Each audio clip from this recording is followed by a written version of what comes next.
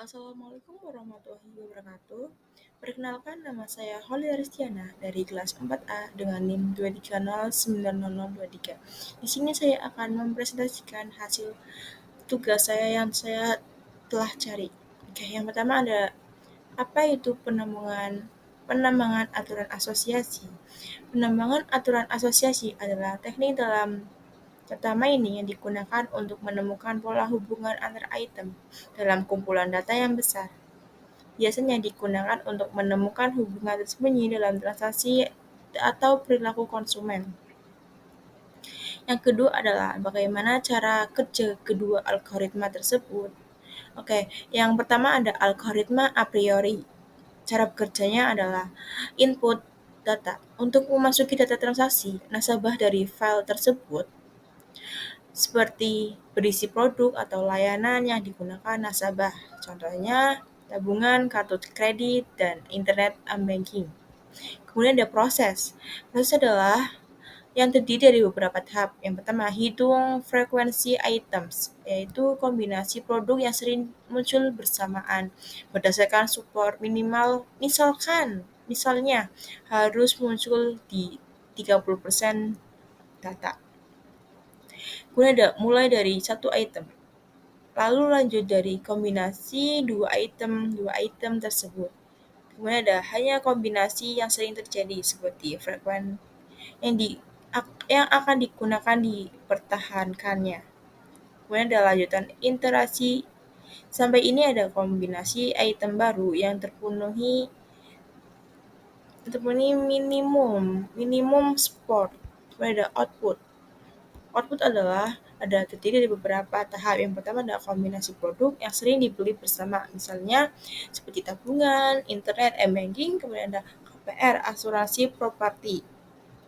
Kemudian ada kelebihan a priori. Yang pertama ada mudah dipahami, cocok untuk dataset kecil yang menengah. Kemudian ada kekurangannya tersendiri. Kekurangan a priori adalah lambat jika data besar karena harus generate banyak kombinasi dan cek satu persatu.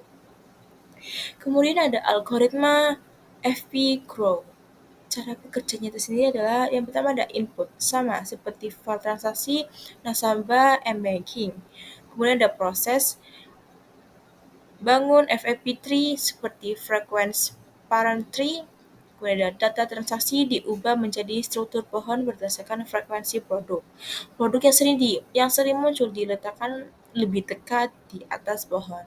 Cari frekuensi langsung dari VP3 tanpa perlu generate semua kombinasi secara manual. Kemudian ada menggunakan prinsip driver and conquer atau pecah dan taklukan sehingga lebih cepat. Kemudian ada output. Sama, menentukan kombinasi produk layanan yang sering dipakai bersamaan. Kemudian ada kelebihan VP Grow, yaitu jauh lebih cepat dibandingkan a priori utama untuk dataset besar. Kemudian menghemat memori karena tidak perlu menggunakan genre semua kombinasi. Kemudian ada kekurangannya VP Grow adalah struktur pivot tree bisa rumit kalau data sangat kompleks. Akan menjelaskan seperti di collab ini. Kemudian yang pertama ada impor pandas. Penggunaan impor pandas itu sebagai library populer untuk menganalisis dari tabel. Kemudian ini untuk file CSV-nya biasanya terisi dari data atau tabel set yang telah kita siapkan. Kemudian ada pdret adalah fungsi dari pandas untuk membaca file CSV tersebut. Kemudian ada ini untuk menampilkan 5 baris pertama dari data frame DF. Tujuannya supaya kita bisa lihat sekilas bentuk datanya seperti apa. Kemudian ada persiapan data. Nah, di sini untuk bagian DF-nya adalah ini mengubah semua data di data frame DF menjadi tipe boolean atau true atau false. DF head. Setelah diubah, kamu tampilkan lagi 5 baris pertamanya untuk cek hasil perubahannya seperti ini. Kemudian untuk menjalankan algoritma a priori. Di sini untuk mengimpor fungsi a priori dan associative rules dari library tersendiri. Kemudian ini a priori itu algoritma buat cari kombinasi item yang sering muncul barengan. Kemudian ada fitur seperti ini. Nanti akan dipakai buat bikin aturan seperti kalau beli A sering beli juga B. Kemudian a priori DF artinya kamu jalankan algoritma a priori ke data DF. Minimal support 0,3 artinya hanya ambil kombinasi item yang muncul di minimal 30% transaksi. Kemudian ada use column, ada use call names. Artinya hasil itemsnya dipakai nama kolom, aslinya bukan angka atau ID kolom. Kemudian ada hasil. Hasil dari a priori itu data frame baru berisi daftar kombinasi item plus nilai support mereka. Ini buat menampilkan semua item set yang ketemu bareng dengan supportnya seperti sering muncul. Kemudian ada buat association rules. Di sini kita akan membuat aturan berdasarkan item set yang digunakan untuk yang telah ditemukan sebelumnya. Seperti matrix, ini sebagai confident, kamu fokus pada confident, kepercayaan aturan buat milih aturan yang bagus. Kemudian ada min threshold 0,7 hanya ambil aturan yang punya confidence minimal 70%.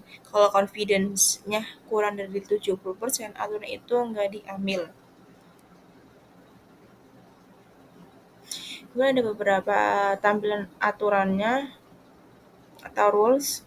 Yang pertama ada antecedent, yaitu produk atau jasa yang sudah dibeli. Kemudian ada consequence, produk atau jasa yang kemungkinan besar diambil setelahnya. Kemudian ada support. Beberapa sering kombinasi antecedent dan consequence itu terjadi di data. Kemudian ada confident. Confident adalah dari semua orang yang beli antecedent, beberapa persen juga beli consequent. Kemudian yang terakhir ada lift. Mengukurnya seberapa kuat hubungan antecedent dan confident dibandingkan pembelian acak. Kemudian ada untuk menjelaskan PVL grow untuk pembagiannya. Ini untuk mengimpor fungsi GF grow dari library menggunakan mixed titik when and platters. Kemudian ada